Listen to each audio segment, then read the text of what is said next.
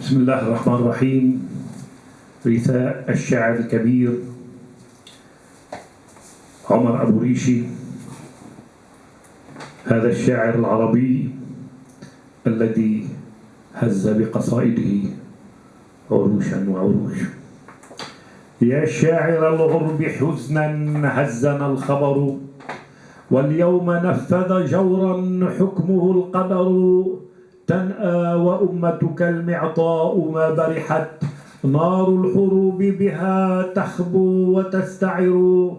والقدس كم هالها الخطب الأليم أسى، والمهد مكتئب والأقصى معتكر.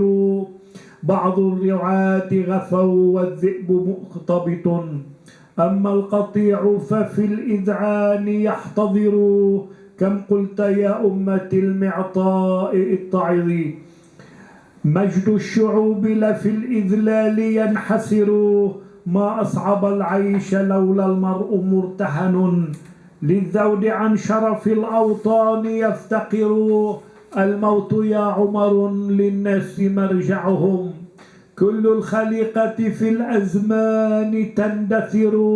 لكن دوس كرامات الشعوب غدا أشقى من الموت، عار موجع قذر. والصلح مجتزأ يفضي إلى فتن، والعار يكبر والأعداء قد سخروا. أضحيت مثلك مخجولا على شرف، أضحيت مثلك مخجولا على شرف.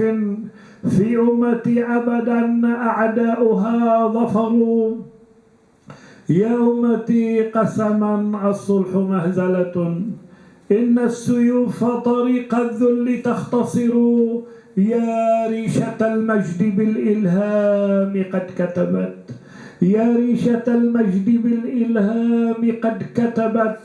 أبهى القوافي وفي أشعارها درر، واليوم ريشة أهل العرب باكية، والصوت يسكت والأقلام تنكسر. ما زال شعرك في الألباب يتحفها، ذكراك تحيا فلن ننساك يا عمر. والسلام عليكم ورحمة الله وبركاته.